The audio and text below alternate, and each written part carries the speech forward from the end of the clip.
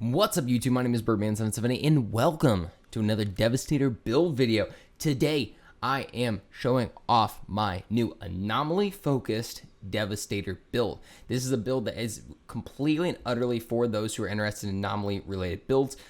Essentially being able to mock the whole anomaly rounds is a big part of this build as well, and I'm actually super excited because this is kind of in a way an updated build of our first bleed build video, just a little bit more streamlined and synergized. But do know I'm more likely streaming over on twitch.tv/Birdman778 at this very moment. I start every single day starting at 10 a.m. Eastern Standard Time. Doesn't matter what day it is, I am always there. Make sure you're trying to find me as well on everything else on Twitter, TikTok, and YouTube at Birdman778. Let's get right into it. So like before I mentioned, this is kind of more of an anomaly focused build. With this, that anomaly focus goes not only from the mods that we use on our guns to the specific guns we're using, all the way down to the shards that we're using, and then the mods on our armor as well. Now let's start off with the weapons that we're going to be using for this one. So I like the Anomaly Effigy. It is a pump action shotgun. It has crit damage, status power, and close range damage. And its tier 3 perk is Concentration Blast. Killing shots cause enemies to explode, dealing 113,000 damage multiplied by the maximum number of 6 enemies within a 5-meter radius around the original target, and has a 1-second cooldown. This is actually super awesome because it's really good for those really kind of lower health mobs that might be crowding you a lot, whether those are the small beast enemies, whatever they could be. A lot of times you can get one pretty weak, shoot it, and then they explode, essentially completely and utterly wiping out the entire group around them. Again, really good for those mobs that are constantly getting around you and kind of getting way too much in your face. And the second mod we're using on this is Shadow Comet. Now, you're going to find this from the Funeral Pyre Shotgun. It's tier 3 mod. I was able to dismantle it and get it onto this. But what it does is shots call down a comet, dealing 210,000 damage on enemies with a 3.5 meter radius, and has a 3-second cooldown. This is amazing. I mean, this is essentially the bread and butter of the build because it does such a large amount of anomaly damage within a large space. I really like this for not only the Anomaly Effigy, but also the next gun that we're going to be talking about, and more than likely is going to be a lock on most of my guns for here in the future. Devastator really revolves around the anomaly at this moment, so having something like this that is constantly doing a lot of damage within a small radius, it is really nice. The next gun is the Juggler. The Juggler is an assault rifle. It has armor pierce, skill life leech, and close range damage, and has that scrap grenade mod. Now, if you guys have watched my other videos, check them out. I have not only the grenade launcher mock video, but also our original bleed build video, and I use the Juggler with this. It's probably my favorite weapon in the game right now. For a couple reasons. One, that scrap grenade, the first shot reload after an anomaly projectile, dealing 226,000 damage in a 5-meter radius, as a 1-second cooldown. Essentially, all you have to do is reload, shoot, and you're constantly going to be shooting that scrap grenade. It does a lot of damage and can also crit enemies, doing upwards of 6 million damage. Again, check out my other videos to kind of get a better idea of what this gun is all about. And again, I'm also using a Shadow Comet on this as well because, again, we're able to constantly drop down those large anomaly bombs on enemies and completely wipe out whether it's a Broodmother or even the smallest enemy. We don't really count our pistol ever. If you notice when I do these videos, I don't really talk about my pistol because I don't ever use the pistol. But unfortunately, I think this is kind of one of the issues of the game right now is we have this third slot that's just completely useless. I just don't really see anybody using it. I don't really see them scaling well in later games. So if I could go back, I would actually say that this should be another main weapon spawn and just put the pistol in to the weapon pool as something that we can just put in and out as we please. When it comes to armor, things that we're wanting shard-wise for our armor is going to be Anomaly, Skill Life Leech, Cooldown Reduction, or Status Power. All those 4 are going to be really great for not only synergizing the skills we're going to be using, but also making sure that we're doing the most anomaly damage as possible. Now, on pieces of my armor, I'm not going to be synergized super well, just because a lot of times farming in the game can get a bit of a pain in the ass, trying to find those perfect rolls with the perfect mods that you can swap in and out. So bear with me on some of these if they don't completely match, but those would be the 4 that I would recommend the most. On my Mask of the Mortal Embrace here, I have the Anomaly Power, Skill Life Leech, Close Range Damage with Blood Shock to inflict bleed on enemies whenever I use my Earthquake, and also Extra Quake so that I'm able to activate that extra Earthquake. Now, again, we're obviously probably more likely using Earthquake in this build, so these 2 mods are really great for it. For my chest piece, I'm using the Outriders breastplate with anomaly damage, healing received, and close range damage. The top mod is going to be Human Comet. Gravity Leap increases skills damage by 129,000. And then my tier 3 mod at the bottom is Captain Hunter. Now, this is really great because we're going to be doing more damage to those elite enemies. Elites tend to be probably the biggest issue right now, in my opinion, to Devastator, just for lack of damage sake. So being able to do more on top of that anomaly damage we're already going to do is really nice. For our lower leg armor, we're using Seismic Commander legs, anomaly power, status power, cooldown reduction with the tier 3 mod, Tainted Blood, increase damage dealt to enemies afflicted by bleed by 25%. And the other mod we're using is the tier 3 mod, double jump, so we get an extra gravity leap. Now, again, we're using the full Seismic Commander set, so we're going to get that increased damage towards enemies with bleed by 50%. So essentially on this pant alone, we're getting 75% extra bleed damage. Super great because, again, most enemies are going to be inflicted with bleed by the earthquake that we're using, so getting extra damage is always good. Our gloves, Seismic Commander gloves with max health, status power, skill life leech. Top mod is Asunder Earthquake. Using this skill permanently reduces the armor of afflicted enemies by 20%. And then the bottom mod is Bloody Boost. Boost your damage against enemies afflicted with bleed by 15%. So essentially just from our gear here alone, we're getting extra 90% bleed damage from the Bloody Boost and the top, our pant mod as well, including the set that we're using.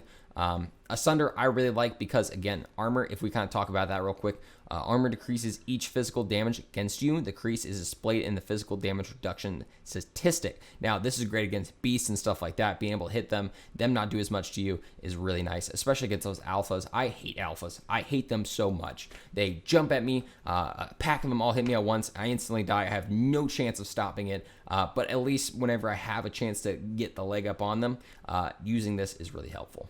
And then finally for our foot gear, we're using Seismic Commander foot gear with max health, status power, skill life leech with second quake. The skill can be activated one more time before triggering cooldown. This is a tier 3 mod that you're going to be able to get from the Seismic Commander itself, the foot gear. And then we're using that Despair mod. Check out my video talking about Despair we uploaded the other day.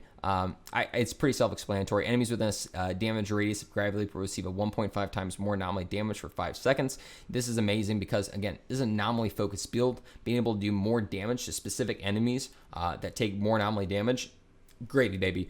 We have in the past been able to almost one-shot a Broodmother with this build because we crit with like a scrap grenade and that shadow comment on him after using this. So again, it's very advantageous to use this.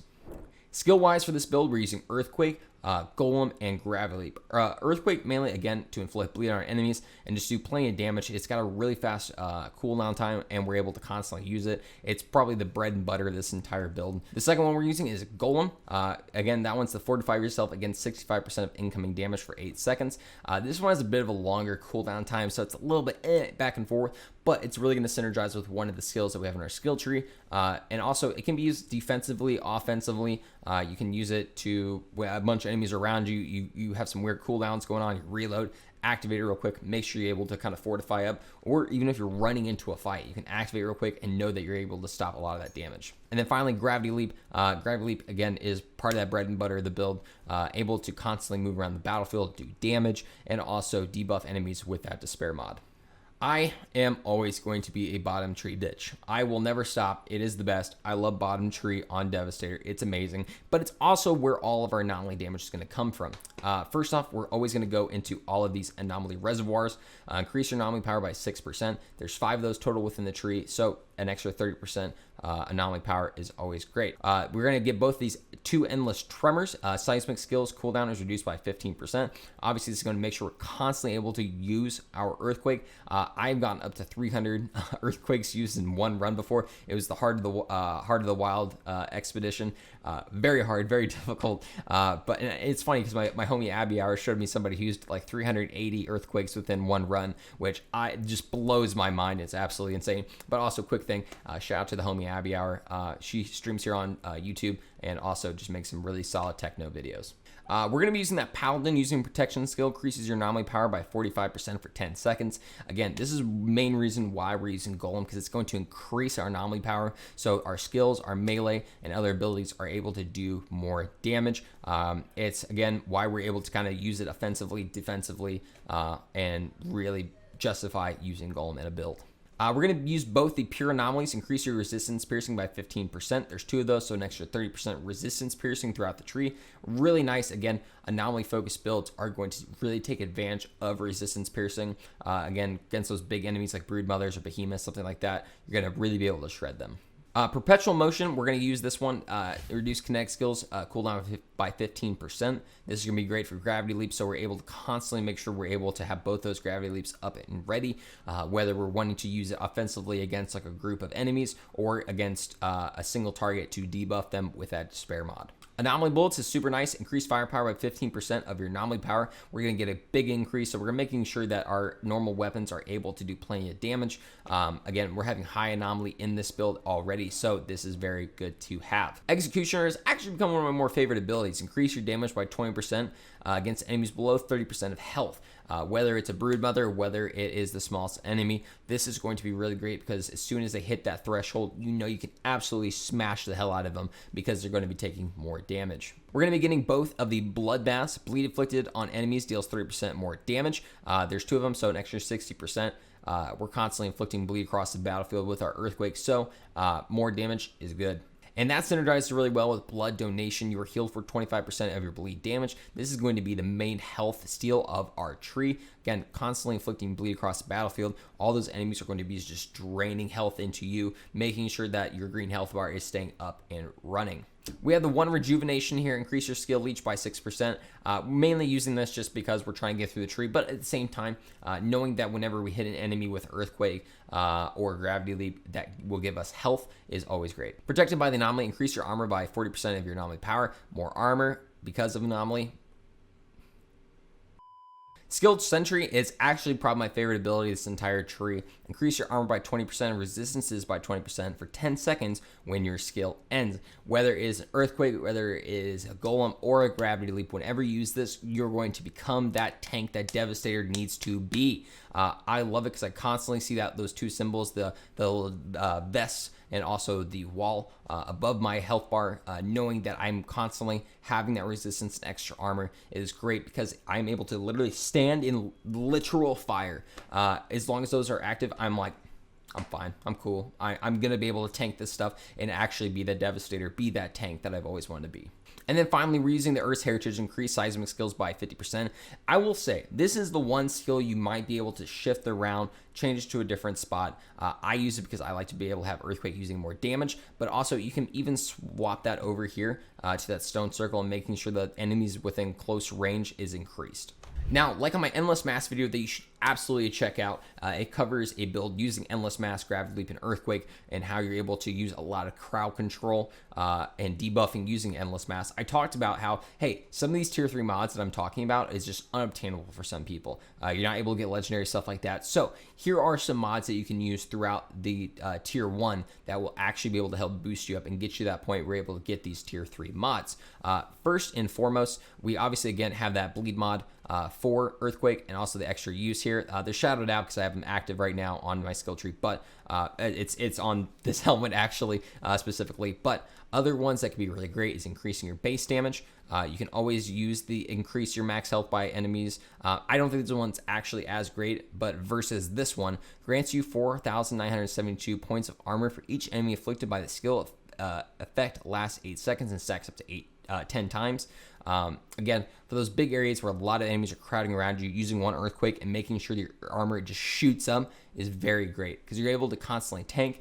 You're able to put out more damage because of this as well. You can increase the range of Earthquake as well. I think this one's kind of back and forth. I've heard some people be like, hey, increased range is like the biggest thing ever. I've used it on like 5 builds now and I immediately take it off because I just don't think it's that great. I think if you're going to be the tanky character, you need to be in the thick of things. Again, especially with Gravity Leap being something you have. If an enemy's too far away, you can just Gravity Leap at them real quick and you can do more damage that way. And then finally, Panzer Drain, damaging enemies with a skill steals 33% of their armor. This can kind of be that Asunder light, being able to strip their armor for a certain amount of time so you're able to go in, do more damage is something is possible. When it comes to Golem, you can increase the time of it if you really need to. Whenever it's active, inflict bleed around the enemies around you. Golem active, you can increase your resistances, or you can even do whenever you kill an enemy extends the time of Golem. I still think Golem should be more of your passive skill. You really shouldn't waste any mods on this, but if you really feel like, man, I need just a little bit more something out of it, these mods will be very good for you. And then finally, we already have that human comment going, but there's also the Bloody Crush. If you're really worried about inflicting bleed on enemies, you can always use that, or you can even use the Life Absorption. This would be the one I say is like probably the most important if you're leveling up and you can't do it, because heal for 15% of damage dealt. If your target dies, heal for 30%. You're gonna heal all the way. Almost, I mean, even if it's a full health little enemy, you hit it, you're going to heal pretty much most of your health bar right then and there because of this skill. And if you kill it, you're definitely healing all the way. This is going to be one I would say definitely if you're leveling up, you're having a real hard time getting to that Ct15, something like that, this is advantageous for you. Thank you so much for stopping by this build. I hope you enjoy this anomaly focused Devastator build. Again, I've been able to do Ct15 gold on Archways of Enoch. I think that one's actually probably the best expo right now across the game. Unfortunately, they nerfed the time for gold on Chem Plant. That was like the main one everyone was using to get their legendaries and stuff like that. They nerfed the time on it. I don't think it really helped out. I don't think it was actually that smart of an idea. I noticed that they did the nerfs on the anomaly rounds and stuff like that. I think that's fine. Nerfing the expos, I think that's a little weird. I don't think it was time for that yet. But luckily we have this Archways of Enoch to kind of take that place. It's 3 easy areas. You just hit the main area. There's a Broodmother. You fight them. Bunch of little enemies. You go to the middle area. You do a little pillar, charge it up, and then you have the final area. You just fight a bunch of enemies again. GG, well played. You're able to do it within the time period with some time to spare. But everyone, thank you so much for stopping by this video. Again, I'm more likely streaming over on Twitch, twitch.tv/birdman778. Also check out my obviously YouTube videos. Like maybe we can put some vids here. Yeah, okay. Or check me out on Twitter for some terrible memes and TikTok for just some absolute trash. But everyone, I hope you have a great night, day, whatever it may be.